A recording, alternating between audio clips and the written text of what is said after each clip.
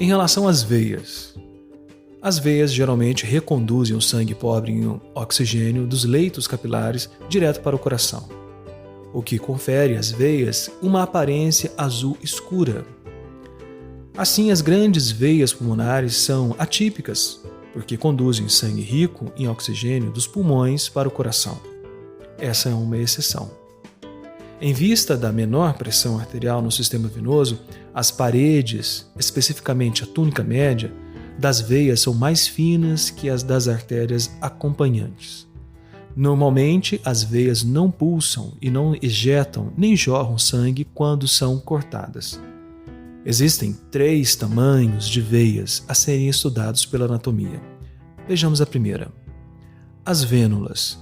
As vênulas são as menores veias. As vênulas drenam os leitos capilares e se unem a vasos semelhantes para formar pequenas veias. A observação das vênulas requer ampliação da vista. Então não se faz isso com os olhos desarmados de qualquer aparato que possa aumentar aquela visão. As pequenas veias são tributárias de veias maiores, que se unem para formar plexos venosos, como o arco venoso dorsal do pé, por exemplo. As pequenas veias não recebem nome, então essa é uma parte mais simples. Agora as veias médias, as veias de tamanho médio. Essas veias drenam plexos venosos e acompanham as artérias médias. Nos membros e em alguns outros locais onde a força da gravidade se opõe ao fluxo sanguíneo, as veias médias têm válvulas venosas. Válvulas passivas que não gastam energia. São elas que permitem o fluxo sanguíneo em direção ao coração, mas não no sentido inverso. Os exemplos de veias médias incluem as denominadas ou chamadas veias superficiais, como as veias cefálicas e basílicas dos membros superiores e as veias safenas, magna e parva dos membros inferiores. E as veias acompanhantes que recebem o mesmo nome da artéria que estão juntas a ela, ou juntas delas. As grandes veias. Essas veias são caracterizadas por largos feixes de músculo liso longitudinal e uma túnica externa bem desenvolvida. Um exemplo dessas grandes veias é a veia cava superior e a veia cava inferior. O número de veias é sempre maior que o número de artérias. Embora suas paredes sejam mais finas, seu diâmetro costuma ser maior que o diâmetro da artéria correspondente, ou da artéria que está mais próxima. As paredes finas proporcionam grande capacidade de expansão e as veias expandem quando o retorno do sangue para o coração é impedido por compressão ou por pressão interna.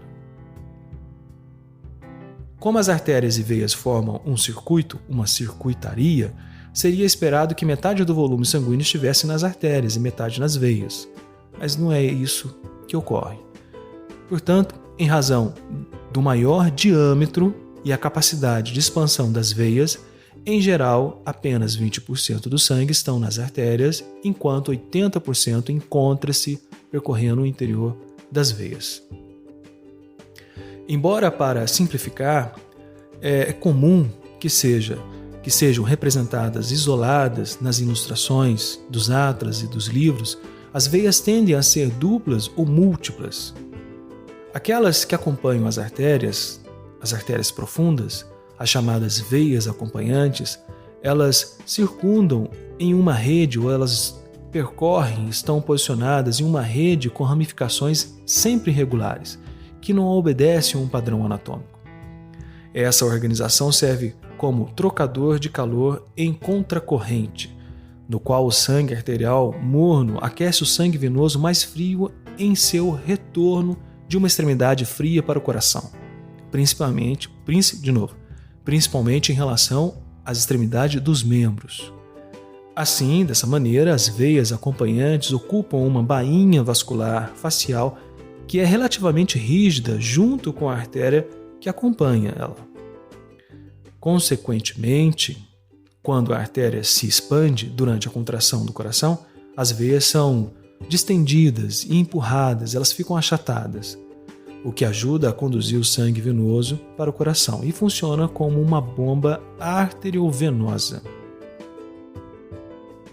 As veias sistêmicas são mais variáveis do que as artérias e as anastomoses venosas, ou seja, as comunicações naturais, diretas ou indiretas entre as duas veias, são normalmente mais frequentes. A expansão externa dos ventres, dos músculos esqueléticos que se contraem nos membros, limitada pela face muscular, comprime as veias. Uma espécie de ordenhamento, ordenha as veias à medida que o músculo se contrai. E aí o sangue é empurrado para cima, em direção ao coração. É outro tipo de bomba venosa. É a chamada bomba músculo-venosa, ou músculo venoso.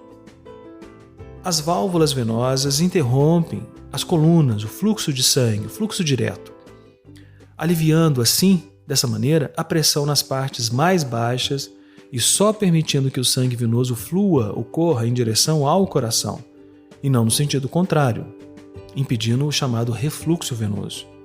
A congestão venosa que ocorre nos pés quentes e cansados ao final de um dia de trabalho, de um dia ensolarado, ou que você passou muito tempo de pé na fila do banco, por exemplo, isso é aliviado de maneira direta se você colocar ou repousar com os pés sobre um banco mais alto ou com os pés para cima. Isso ajuda o retorno venoso. Essa posição dos pés também ajuda no retorno venoso do sangue que está retido ou preso ou congestionado nas extremidades dos membros para o coração. Vamos falar agora dos capilares sanguíneos.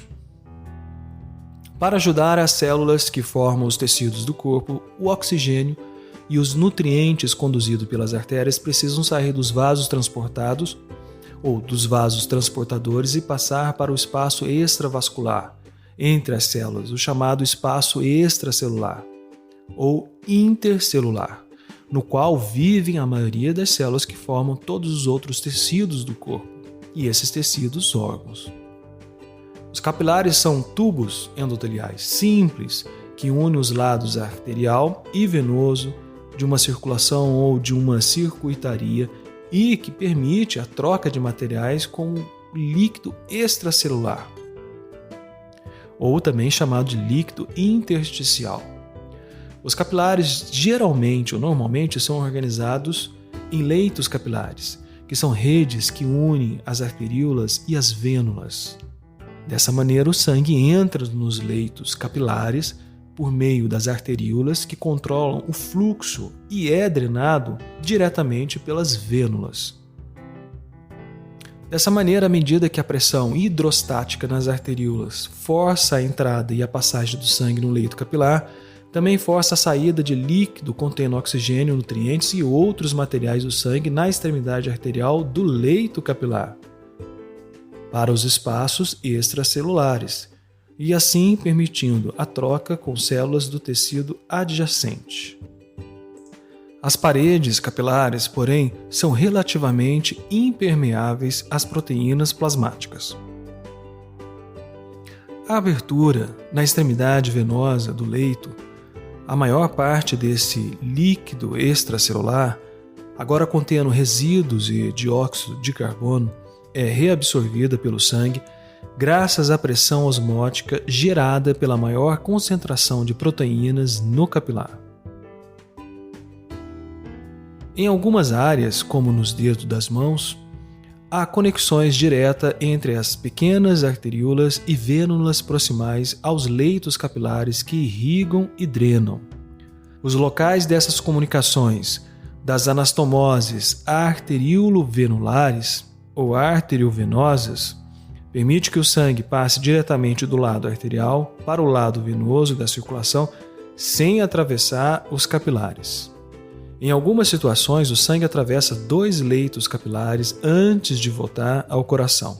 Um sistema venoso que une 2 leitos capilares constitui um sistema venoso porta. O sistema venoso no qual o sangue rico em nutrientes passa dos leitos capilares do sistema digestório para os leitos capilares ou sinusoides do fígado é chamado de sistema porta hepático ou sistema porta do fígado. Esse é o principal exemplo de sistema porta. No próximo episódio, vamos falar sobre o sistema linfático. Até o próximo.